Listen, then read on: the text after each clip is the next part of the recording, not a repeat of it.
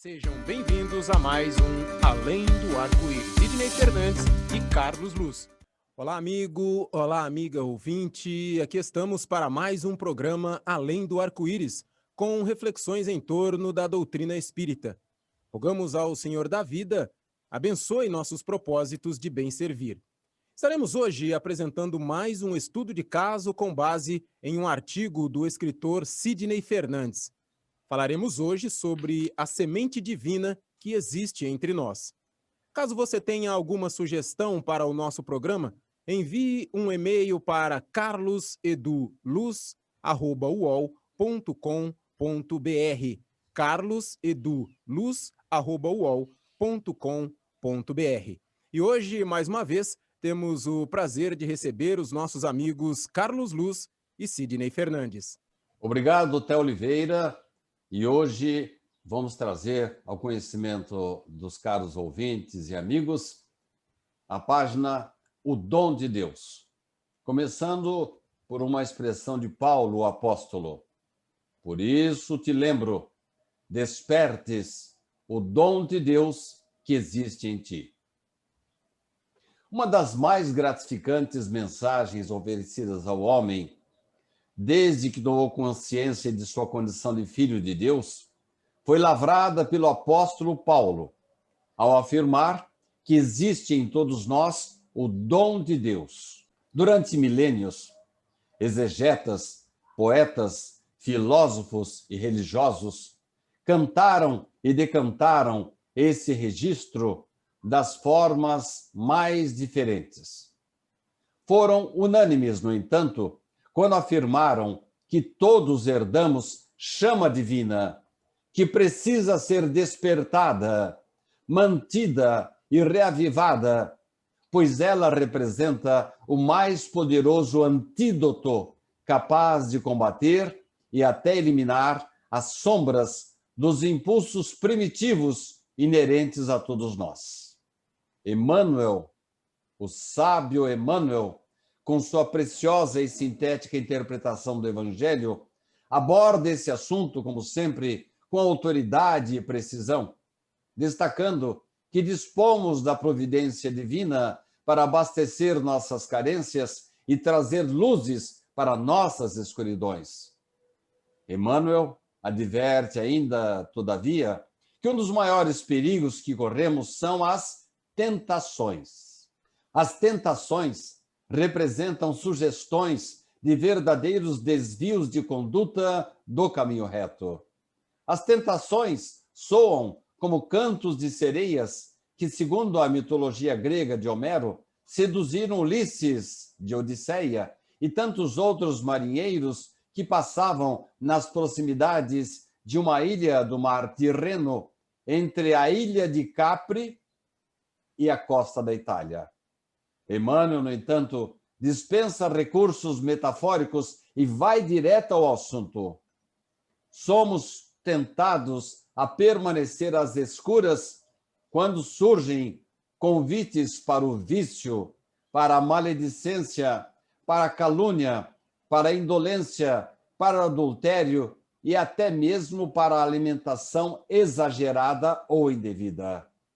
Ouvi, há pouco tempo, de lúcida psiquiatra e conferencista, a advertência de que as manifestações do medo, da ansiedade e da insegurança que hoje sentimos, trazemos desde a época na qual o que é hoje o nosso espírito, ele era ainda um princípio espiritual que animava corpos do reino da animalidade.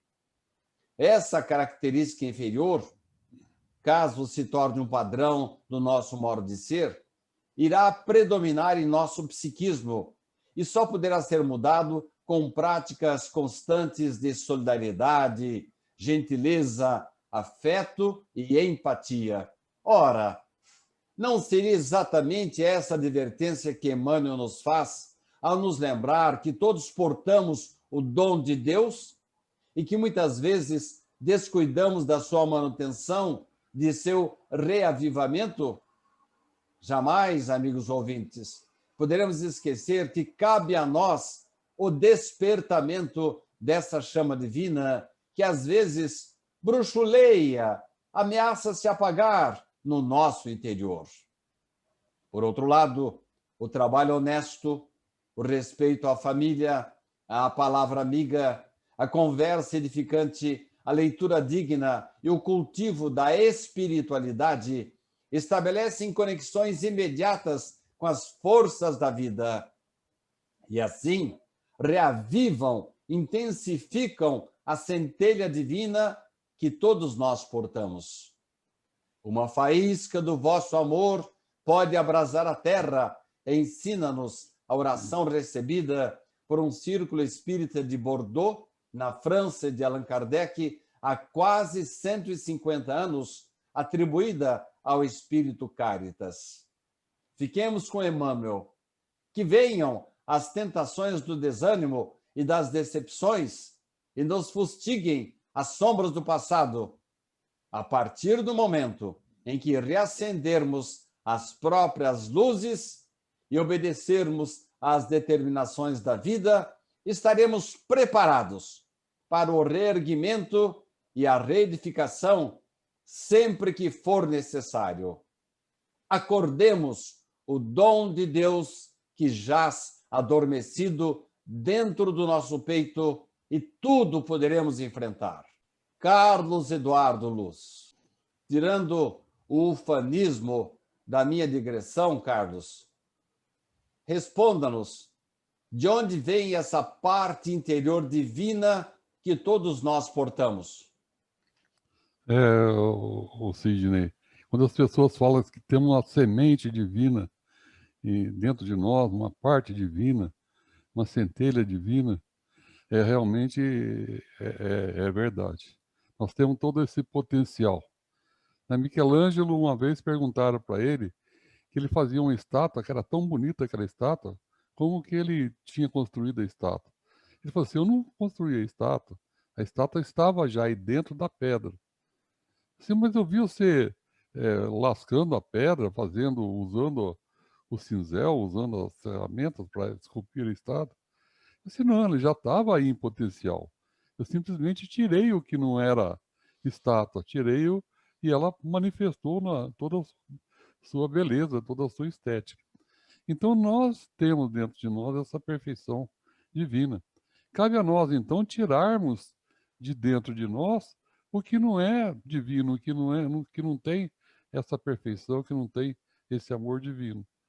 E esse excesso que a gente tem que tirar são os nossos condicionamentos que trouxemos na animalidade, Sidney.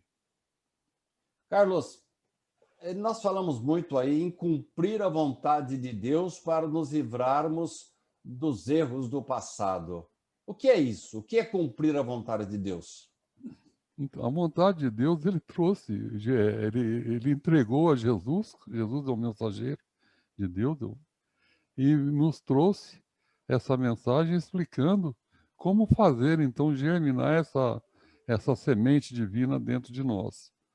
Então, seguir o que o Evangelho de Jesus ensina, praticar o bem, o amor, a caridade, o perdão, não guardar mágoas, e todas as orientações que tem dentro do Evangelho, são as ferramentas, são os instrumentos, é o cinzel, né, que nós vamos esculpindo essa obra de perfeição, que é a obra de Deus que está dentro de nós.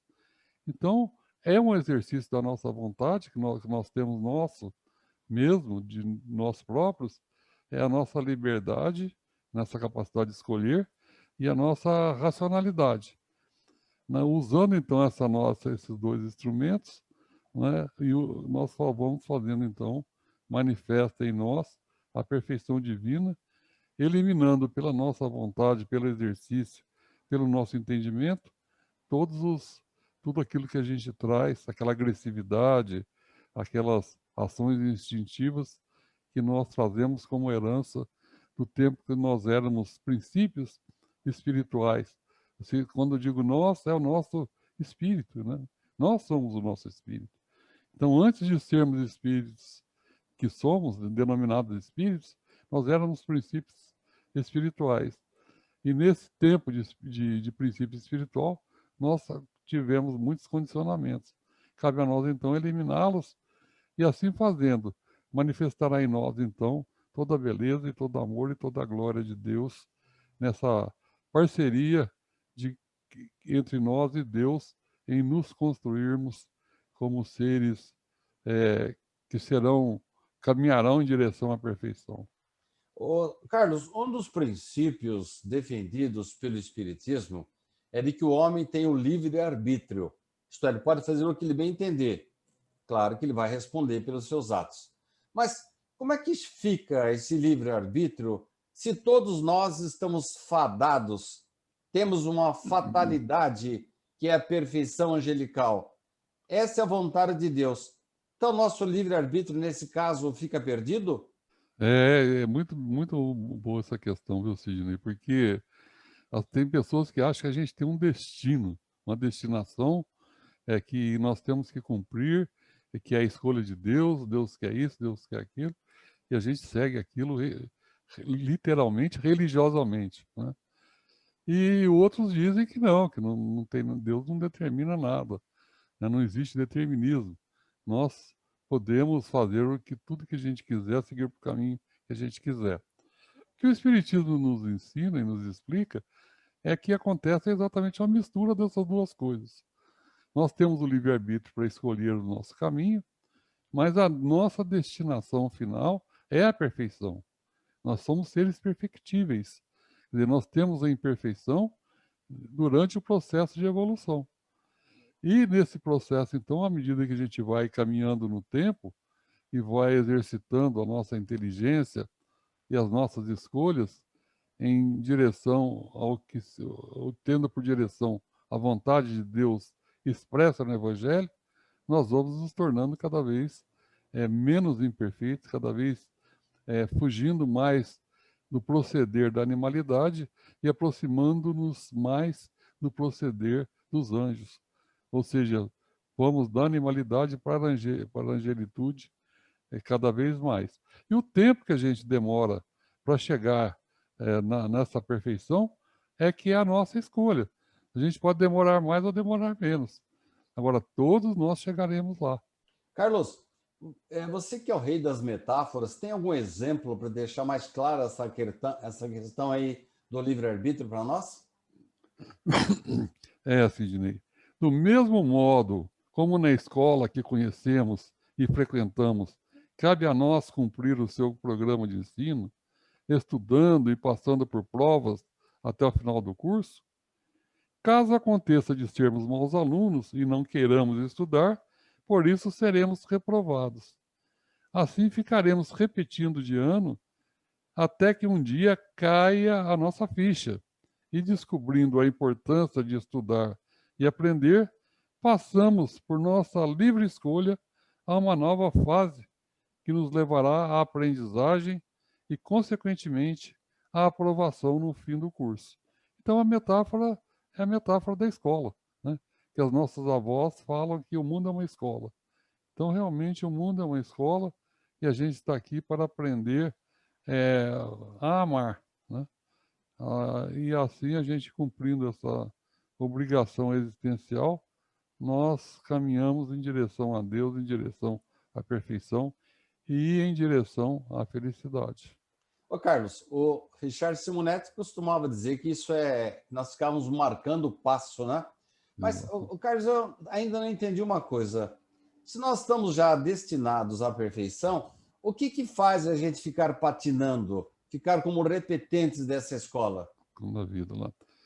Da mesma forma, Sidney, que trazemos em nós a centelha divina, portadora da perfeição futura, temos também em nosso íntimo o passivo doloroso de nossa parte animalesca, aprendida na nossa caminhada existencial ao longo das encarnações, inclusive aquelas quando nossa individualidade, ou seja, nosso espírito, era ainda um princípio espiritual. Carlos, e esse mecanismo evolutivo, como é que ele funciona?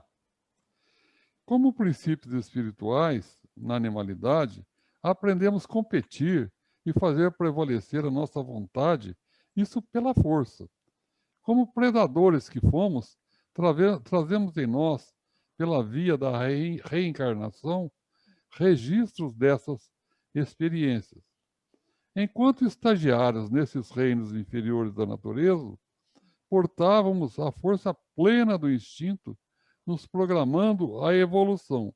E assim a natureza limitava a nossa capacidade de destruir, por exemplo. Por outro lado, encarnados como humanos, não mais limitados somos. Então, é interessante que o animal, por exemplo, pela lei da destruição, a lei natural da destruição, a gente sabe que ele mata até que ele tenha o alimento. Depois que ele tem o alimento, ele fica quieto ali na dele, né? Ele só volta a caçar, a predar, depois, quando der novamente fome nele, né? Então, quem limita essa necessidade dele, essa capacidade de destruir, é a natureza, né? É um instinto. Agora, o ser humano não, ele tendo o livre-arbítrio e tendo a inteligência, ele passa a matar por prazer, caçar, por exemplo, né? Caçar por prazer, isso é uma coisa que é totalmente contra o processo evolutivo, né? E aí nós temos que aprender, nós temos que criar mecanismos que limitam a nossa capacidade de destruir. Nós temos que dirigir a nossa própria evolução. Então, esse aprendizado de controlar, de gerir, de gerenciar a nossa evolução é um aprendizado difícil, mas que a gente tem que fazer, e a partir da hora que a gente construir esses instrumentos, essas ferramentas, nós estaremos dando um passo a mais no nosso progresso vivencial. Carlos, pelo jeito, eu imagino que você e o Theo aí que gostam de metáforas, mas pelo jeito nós temos dentro de nós a chama divina que Deus nos colocou, que nos impulsiona para o progresso, que é a parte boa que devemos desenvolver, e paralelamente nós temos ali a nossa parte inferior. E o problema é que, à medida que nós vamos crescendo, esse controle aqui fica para nós mesmos. Nós é que temos que ficar cuidando dessa parte inferior. Então, como fazer? Você tem uma fórmula, Carlos, para nós limparmos essa parte inferior que nos causa tantos problemas, reações de agressividade que impedem, prejudicam, travam o nosso progresso, Carlos? Cidinho, quem tem essa fórmula aí não sou eu, mas por outro lado, quem tem ela é exatamente Jesus, que nos ensinou no seu Evangelho, né? Então, estudando o Evangelho de Jesus e pela prática, principalmente pela prática desse aprendizado, vamos automaticamente, entre aspas, né, limpando o nosso íntimo espiritual desses condicionamentos. Assim fazendo, vamos mais e mais nos apossando de nossa perfeição angelical. Então, nós estamos exercitando as virtudes do Evangelho, estudando, conhecendo, a gente vai se tornando cada vez criaturas mais pacíficas, né, e mais tranquilas. Ô, Carlos, pelo jeito, sendo ainda muito imperfeitos, ou seja, praticando ainda muitas atitudes movidas pelo nosso egoísmo, isso, de uma certa forma, nos seguram, nos impedem de fazer o bem. O que faz o contraponto, Carlos? Seria a dor? Como fazer o bem, Carlos? O Evangelho é que nos traz a resposta, mais uma vez, viu, Sidney? Orando e vigiando a nós mesmos, sempre pedindo a Deus que abençoe os nossos propósitos de bem servir. Assim fazendo, em nosso processo de enxertia espiritual, o bem divino chegará até nós com a repetição do exercício de bem servir. Teremos a nossa alma lavada de suas imperfeições, ficando ela, a alma, permanentemente transformada por esse bem que vem do alto. Então, esse termo enxertia espiritual, Emmanuel usa, dizendo que muito do bem que vem de cima se coloca em nós. Na enxertia, lembrando, na agricultura, a gente pega um pé de limão, que é uma árvore rústica, né? E faz a enxertia de uma laranjeira muito doce, que é delicada e é acessível. Então, na mistura do limão rústico com a laranja, nós teremos frutos não tão doces como a laranja original, mas nem tão azedos também como o limão. E elas vão ter resistência, porque o cavalo, como se chama, né, que é a parte da raiz e a parte do caule do limão, eles aguentam as pragas da região e dão uma força grande a essa laranjeira, né, que é enxertada nele. Então, a partir da hora que nós nos empenhamos em limpar o nosso íntimo dos condicionamentos da animalidade, nós estamos servindo também de canais do que vem do alto fazendo o bem. E nessa canalização do bem, nós vamos fixando em nós esses comportamentos benéficos e aprendendo a fazer o bem e nos tornando literalmente mais doces, né? E graças, então, a esse amor que vem do alto, esse bem que passa por nós. Então, só terminando. Então, o nosso processo de evolução, ele tem a nossa parte, o nosso trabalho, e nossa parte, o nosso trabalho, ele automaticamente puxa da espiritualidade maior, puxa de Deus, dos espíritos superiores, esse aprendizado, esse fluxo de luz que se agrega em nós, nos aumentando mais a capacidade de fazer o bem. Carlos, literalmente você nos deu uma lição muito boa aí, que com esse processo divino, nós estamos transformando o limão numa limonada, né? Agora, para encerrar, Carlos, eu não entendo como é que as pessoas conseguem imaginar o progresso definitivo intelectual e do sentimento do homem, do espírito, em apenas uma existência, às vezes uma existência breve. A reencarnação, nesse caso, Carlos, é fundamental, né? A reencarnação é que explica, né? Inclusive explica a diferença das pessoas. A gente encontra pessoas mais evoluídas em termos morais, intelectuais. Essas pessoas muito mais evoluídas, elas são espíritos mais velhos, vamos dizer assim, que já viveram mais reencarnações e já agregaram em si mais valores no bem. Então a reencarnação é a chave que abre muitas portas do entendimento, da compreensão. A gente procurando entender e aceitar a reencarnação como uma realidade biológica e a partir daí estudar e ler o Evangelho e o texto da doutrina espírita, tudo se clarifica, tudo fica mais inteligível, tudo fica mais palatável ao nosso intelecto. Muito bem, Carlos. Muito obrigado. Você foi bastante feliz nas suas metáforas, nas suas explicações, nas suas imagens, e nós estamos começando a aprender como fazer para inocular, para fazer esse enxerto das coisas de Deus nas nossas imperfeições, para que elas possam diluir. Obrigado, Carlos Luz. Eu sou Sidney Fernandes. Devolvo agora lá para os nossos estúdios com Theo Oliveira para o encerramento.